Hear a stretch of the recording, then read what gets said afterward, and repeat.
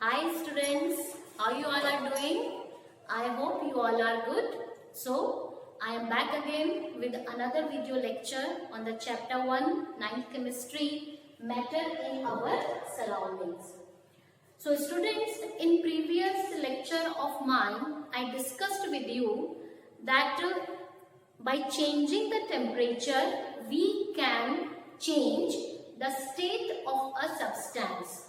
For example, there we discussed that we can convert a solid into liquid by heating, and this process we call it as melting or fusion.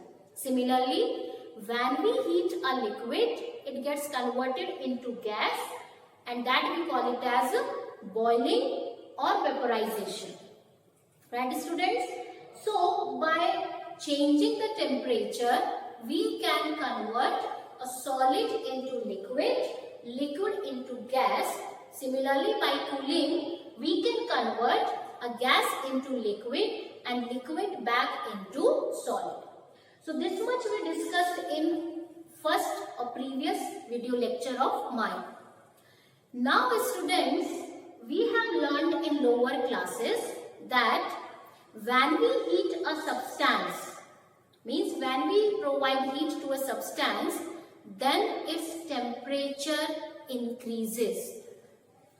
So when you provide heat to a particular substance which is existing either solid or liquid at room temperature, and when we provide heat to it, then we have learned that its temperature should rise.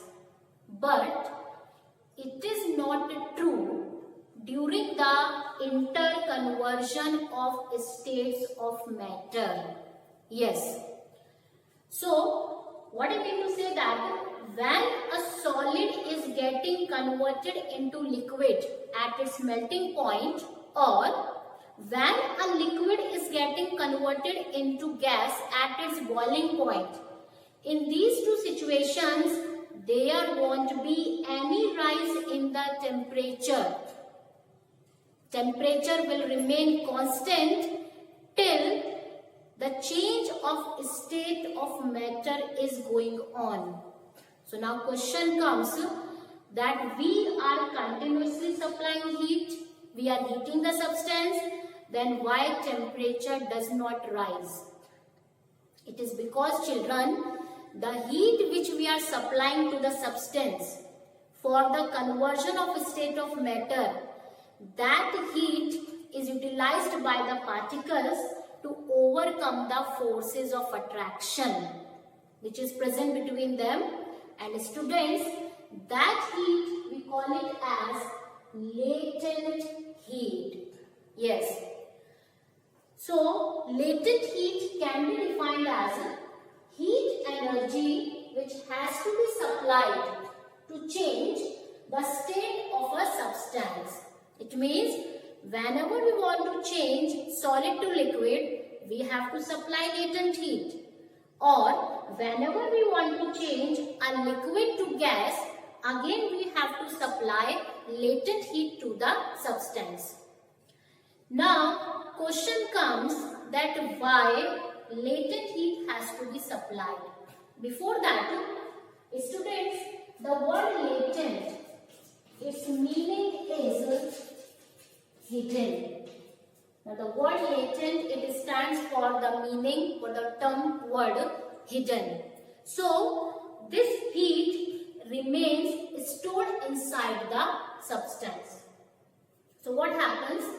In previous lectures we have discussed that you take any substance, solid, liquid or gas.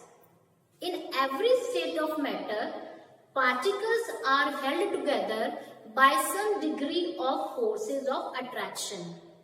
Say for example, in solid, the positions of particles is fixed. Why? Because forces of attraction are very strong. In case of liquid, as we have learnt, that particles can move from one position to another within the liquid because forces of attraction are a bit weaker as compared to what we have seen in solids. So, in every state of matter, there are present forces of attraction between the particles. And these forces of attraction restrict the movement of the particles in that given substance. So what happens when we supply latent heat to the substance? When we start heating a substance, and when substance attains its melting point or its boiling point, then at that point the particles of the substance, they use this latent heat to overcome the forces of attraction.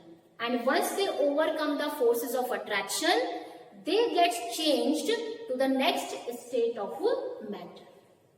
So children, in exam we get a very common question from this topic, that explain why latent heat has to be supplied to a substance for its change of state.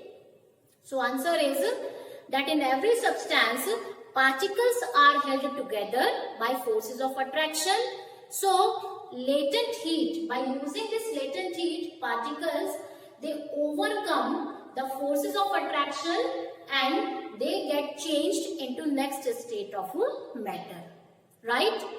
Now we have discussed about the type of changes of state of matter, solid to liquid, liquid to gas. So based on that only, students, we have types of latent heats. So there are two types of latent heats: latent heat of fusion and latent heat of vaporization. And let me remind you one more time, students, this is one of the important topic for exam also. So latent heat of fusion, it can be defined as amount of heat required to convert 1 kg of a solid to liquid at its melting point and atmospheric pressure. Means when we want to convert 1 kg, 1 kilogram of a solid to liquid state at its melting point and atmospheric pressure, then the amount of heat which we will be requiring, that amount of heat will be called as latent heat of fusion. Say for example, by various experiments, it has been found that latent heat of fusion for ice, which is a solid form of water, is 3.34 into 10 raised to the power 5 joules per kg. So what does it mean? It means that to convert 1 kilogram of ice into water at its melting point, which is 0 degrees Celsius.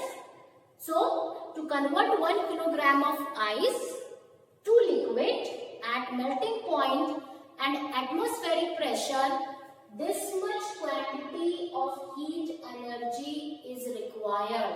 Means to 1 kg of ice, to convert it into liquid, we have to supply this much amount of heat energy.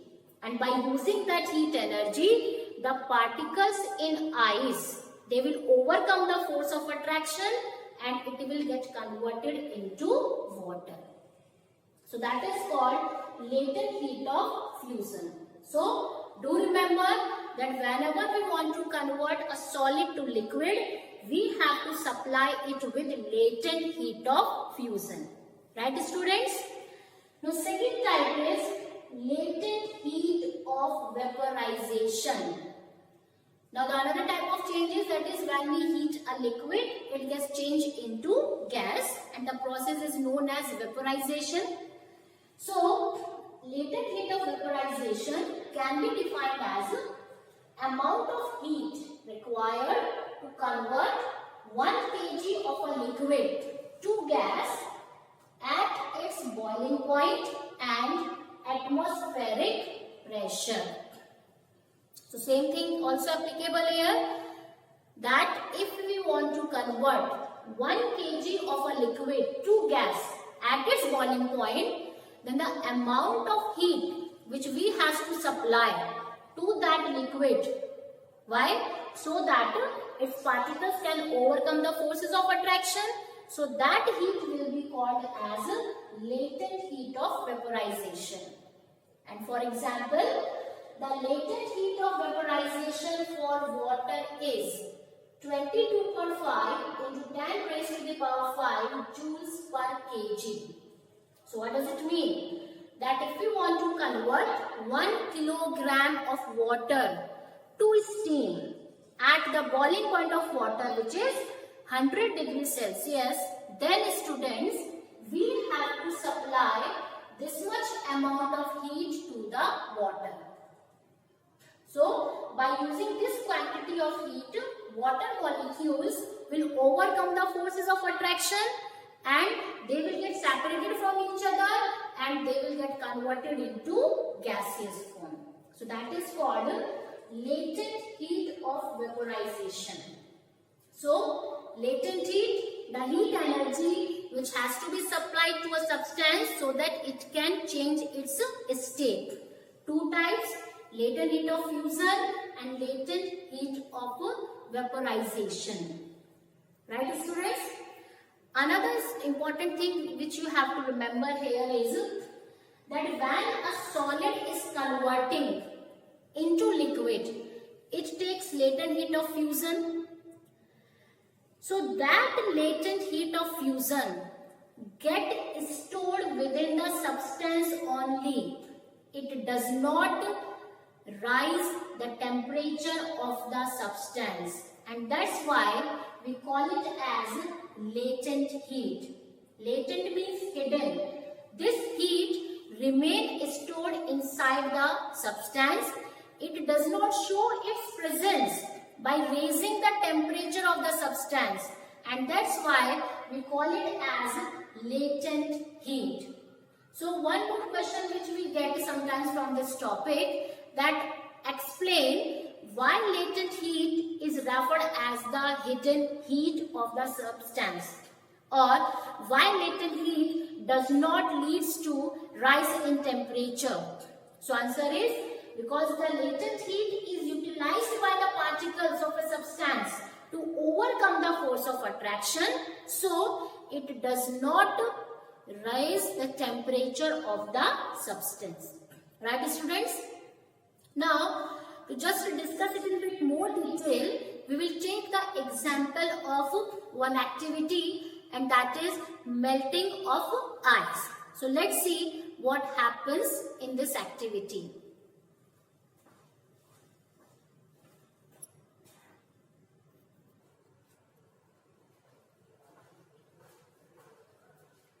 So students, to understand the concept of latent heat in bit more detail, let's take the example of one activity.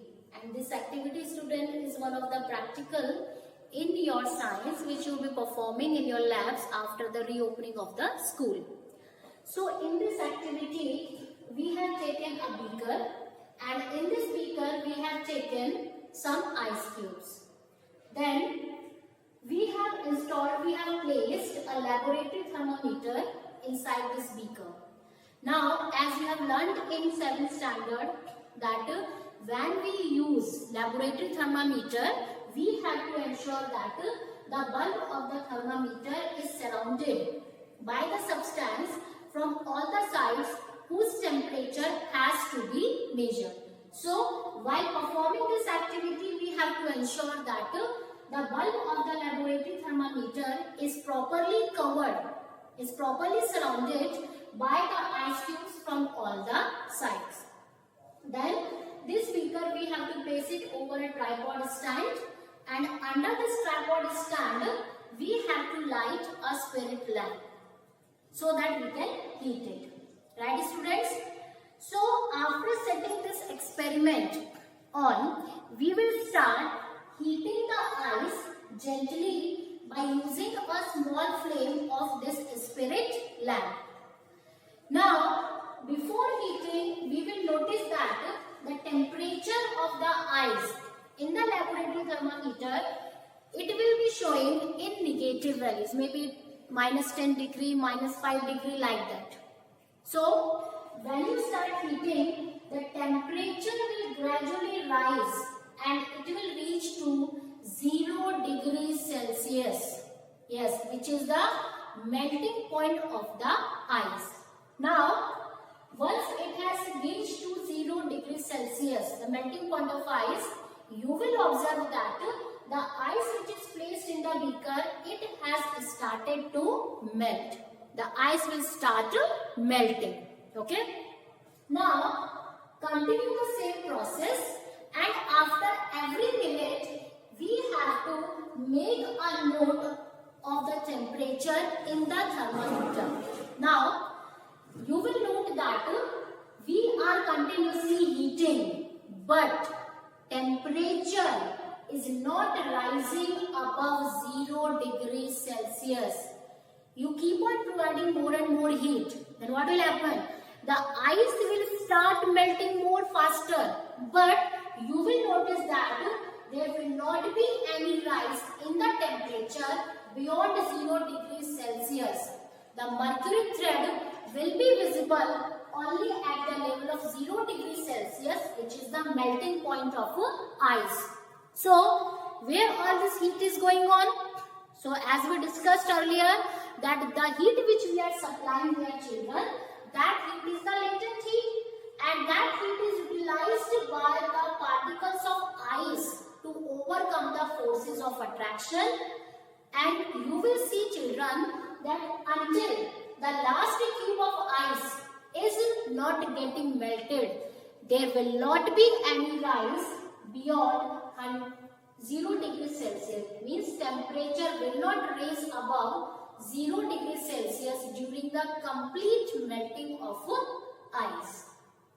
So, this activity clearly shows that for conversion of solid to liquid at its melting point, latent heat has to be supplied, and latent heat remain hidden within the substance itself, so it don't show any rise in the temperature of the substance. Right, students? Now, students, as I told you that for 1 kg of ice, the latent heat of fusion is 3.34 into 10 raised to the power 5 joules per kg.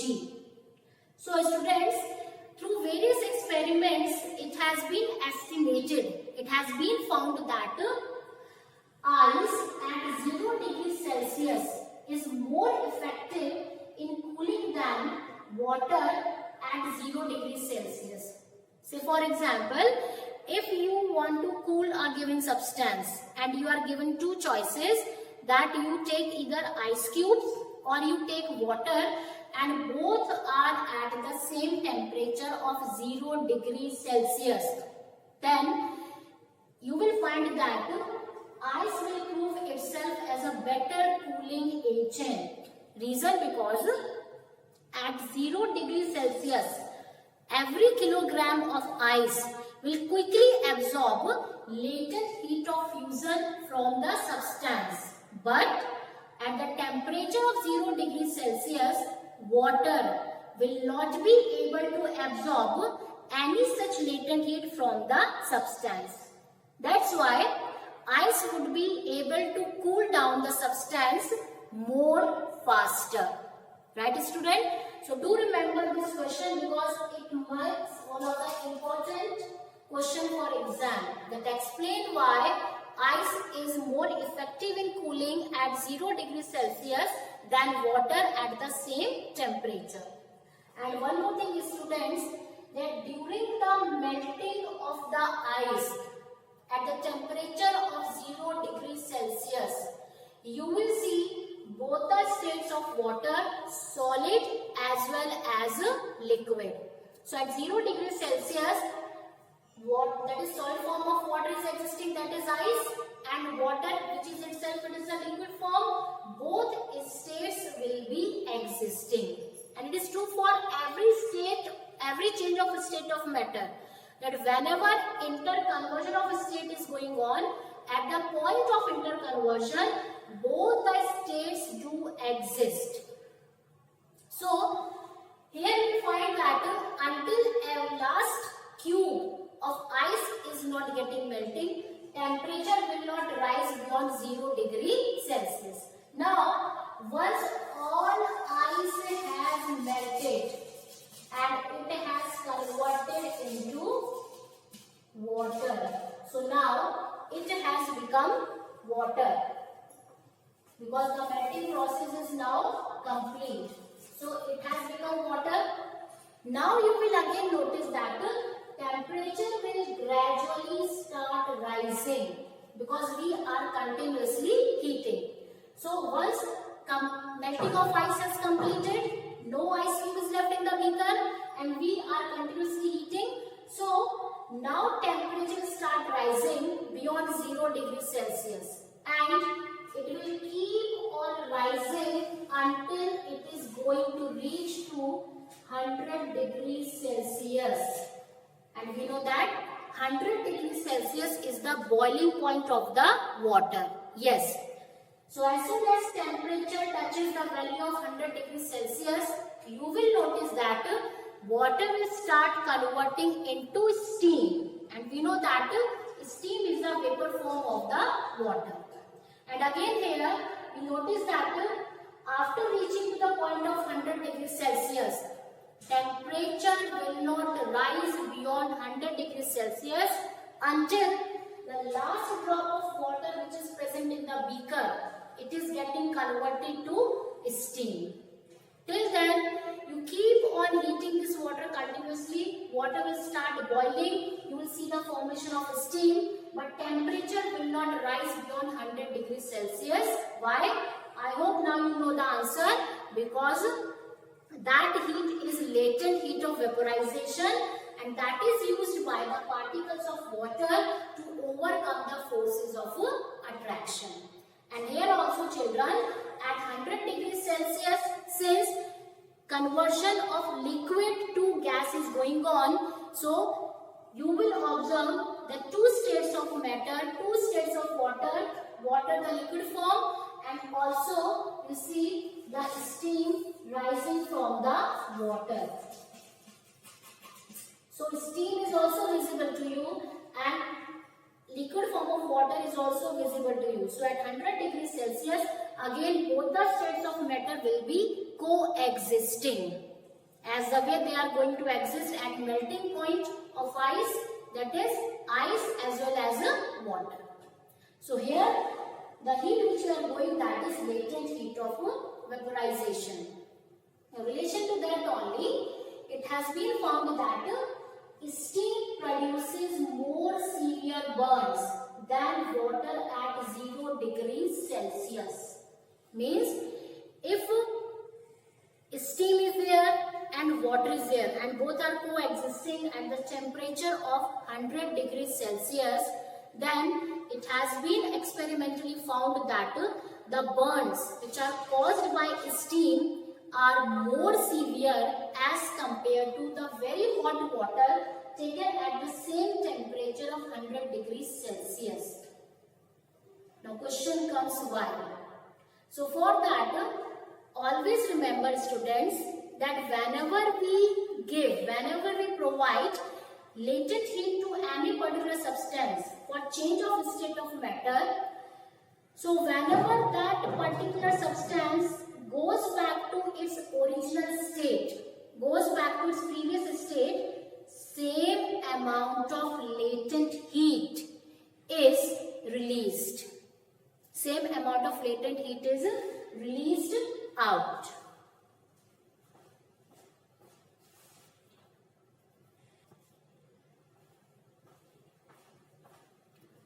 So for example children, when ice is converting into water at its melting point of 0 degrees Celsius, then it is taking latent heat of fusion, which here I have represented with the denotation symbol delta HF. And this is the value of 3.34 into 10 raised to the 5 joules per kg. So this much amount of heat ice has absorbed as latent heat and which remain hidden in water because it is latent heat. Then same water when it is getting converted into steam at 100 degrees Celsius, then it will absorb 22.5 into 10 raised to the 5 joules per kilogram of heat energy for its vaporization, and that also remains stored in the steam. Now when this steam condenses back and form water, then same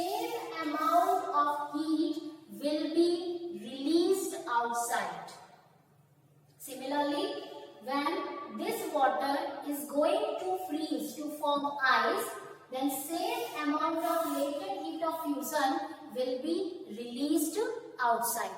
So what happens when steam comes in contact of our skin, then our skin temperature is quite sufficient to condense the steam completely. So steam undergoes complete condensation, and because of that, this much amount of heat energy is released out from the steam, and that leads to cause of severe burns. And as compared to that, water will not be able to release this much amount of heat when coming to contact of our skin, because our body temperature is not sufficient to completely convert water into ice. And also you can see the value, the latent heat of fusion of ice is quite smaller as compared to the latent heat of vaporization for water. So that's why we say that steam produces more severe burns than water at 100 degrees Celsius. In fact, this can be taken in reverse form, that you will find that for heating purposes in various factories and industries, in place of boiling water, we make use of steam. Why? Because whenever steam comes in contact with a particular substance, at every point of condensation, it will release this much amount of heat energy, and that will quickly heat up the substance. Right, students? So now I hope you all are clear about the topic of latent heat and its types. So I discussed with you what is latent heat and two of its types, latent heat of fusion and latent heat of vaporization. So that's all about for present today's video lecture. So go through it, read from NCERT. Thank you.